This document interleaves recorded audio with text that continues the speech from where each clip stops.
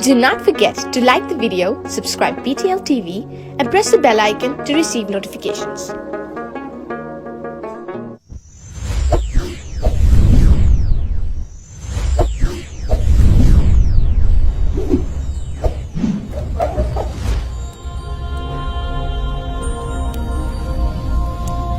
چیز